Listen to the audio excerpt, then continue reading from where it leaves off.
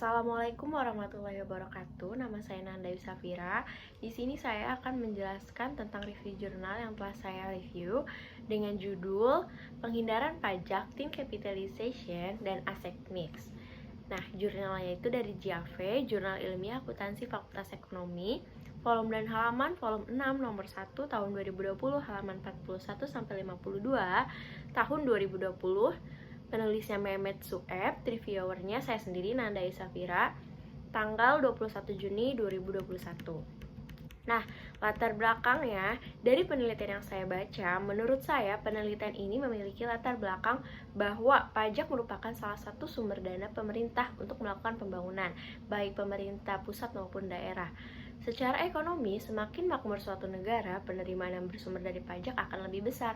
Oleh karena itu, penerimaan negara yang bersumber dari pajak tergantung terhadap pertumbuhan ekonomi suatu negara. Nah, setiap tahunnya pemerintah selalu meningkatkan penerimaan dari sektor pajak. Tetapi masih banyak perusahaan yang menghindari wajib pajak karena menurut mereka membayar pajak akan mengurangi pendapatan perusahaan mereka. Nah, sebelumnya, apa sih thin capitalization? Nah, thin capitalization adalah salah satu cara yang dilakukan oleh para wajib pajak dalam melakukan penghindaran pajak dan banyak dilakukan oleh perusahaan multinasional. Thin capitalization sebagai pembentuk struktur pemodalan suatu perusahaan dengan kontribusi hutang sebanyak mungkin dan modal sedikit mungkin. Jadi, thin capitalization itu semakin tinggi hutang, maka semakin tinggi bunga yang harus dibayar oleh perusahaan kepada kreditur, sehingga semakin rendah laba kena pajak. Nah, kalau aset mix adalah proporsi komponen aset mempunyai pengaruh terhadap penghindaran pajak karena kebijakan investasi yang berbeda akan mendapatkan perlakuan pajak yang berbeda pula. Nah, di sini ada tujuan penelitian. Tujuan penelitiannya itu adalah untuk menguji pengaruh thin capitalization dan asset mix yang terdiri dari intensitas modal dan intensitas persediaan terhadap penghindaran pajak. Subjek penelitiannya yaitu 60 perusahaan sektor manufaktur pada ISSI tahun 2014 sampai 2017 yang dipilih dengan metode proportive sampling. Nah, hasil penelitian dari penelitian ini adalah yang pertama, pengaruh thin capitalization terhadap penghindaran pajak. Hasil perhitungan statistik menunjukkan bahwa thin capitalization berpengaruh terhadap effective tax rate sebagai upaya penghindaran pajak. Artinya, perusahaan yang melakukan pendanaan yang mayoritas sumbernya berasal dari utang akan memperoleh insentif pajak melalui beban bunga yang menjadi pengurang penghasilan kena pajak. Nah, yang kedua, pengaruh capital intensity terhadap penghindaran pajak. Hasil perhitungan statistik menunjukkan bahwa capital intensity berpengaruh terhadap effective tax rate sebagai upaya penghindaran pajak. Hal tersebut menunjukkan semakin tinggi proporsi aset perusahaan di bagian aset tetap, semakin rendah effective tax rate perusahaan.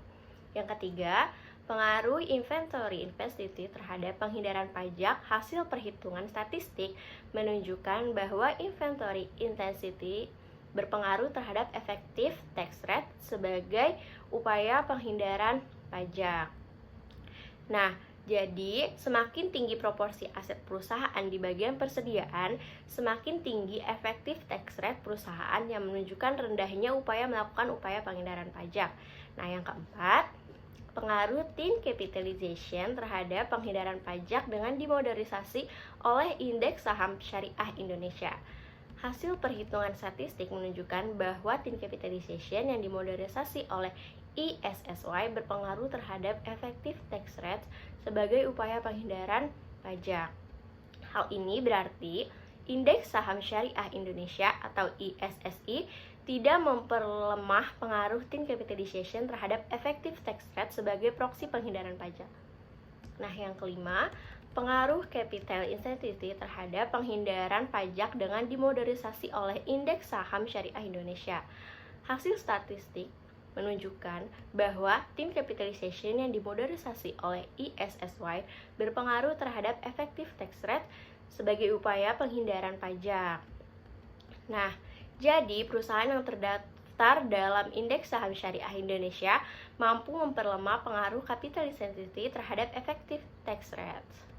Hal ini menunjukkan bahwa rata-rata tin capitalization dan capital intensity perusahaan manufaktur mempunyai tren positif, yaitu setiap tahunnya keputusan pendanaan menggunakan utang dan keputusan investasi pada saat aset tetap perusahaan cenderung mengalami kenaikan.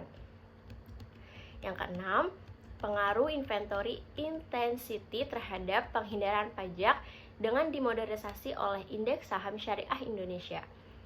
Hasil perhitungan statistik menunjukkan bahwa inventory intensity yang dimodernisasi oleh ISSI berpengaruh terhadap effective tax rate sebagai upaya penghindaran pajak.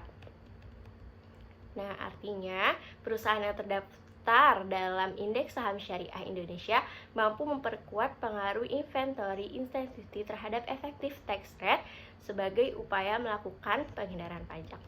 Nah, kekuatan penelitian dari jurnal ini yaitu pertama, memiliki data yang akurat. Kedua, hasil penelitian ini menunjukkan bahwa tin capitalization, capital intensity, dan inventory intensity berpengaruh terhadap penghindaran pajak. Yang ketiga, pemaparan materi yang mudah untuk dipahami.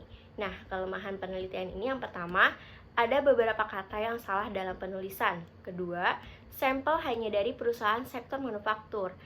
Yang ketiga, sedikitnya variabel lain yang diduga berpengaruh terhadap penghindaran pajak. Nah, dari penelitian tadi, penulis memberi saran bahwa berbagai cara yang dapat dilakukan oleh para wajib pajak untuk mengurangi beban pajak dengan tetap tidak melanggar peraturan perpajakan.